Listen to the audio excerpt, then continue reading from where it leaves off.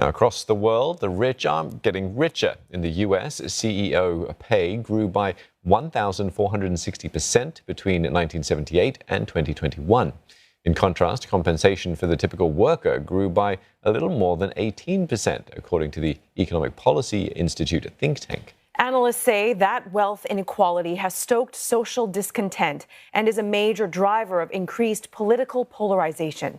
Kate Fisher reports on how this could affect the U.S. presidential election next year. One of several industrial disputes happening across the country as American workers grow increasingly unhappy. And that could change the way they vote for the next president.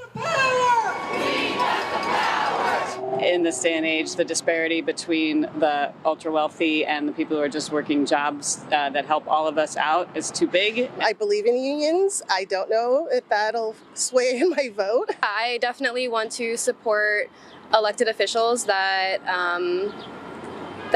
care about the labor movement and that care about the equal pay for all workers. President Joe Biden touts himself as just that, often describing himself as the most pro-union president ever. It's about our progress, building an economy from the middle out and the bottom up, not the top down. It's in stark contrast to the conservative Republican view, the so-called MAGA view, which is focused on corporate profits. He's termed his approach Bidenomics, and it's a phrase that he and his fellow Democrats are likely to use increasingly on the campaign trail. I think that you'll see people in the House of Representatives going out and arguing that the things that they passed when they were in power have really kept the United States from falling into a deep recession or depression. And we've weathered, if you look at us economically, we've weathered the COVID quite well.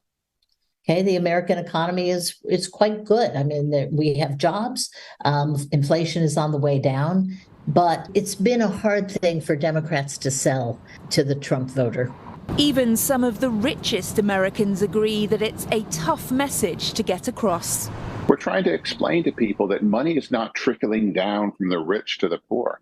Money is trickling up to the poor from the rich. Every time somebody pays their iPhone bill or pays their rent, that money trickles up to the rich investors who own those companies. And that's how rich investors get rich. I think it's very bad when we have a lot of people in our country that don't make enough money to participate in our society. Because even if we don't care about them, and most people do, but even if we don't care about them, you can't build a business in a place filled with people that don't make enough money to live on. That's a similar message to Joe Biden's as he tries to convince Republican voters that his economic plan will work for them too.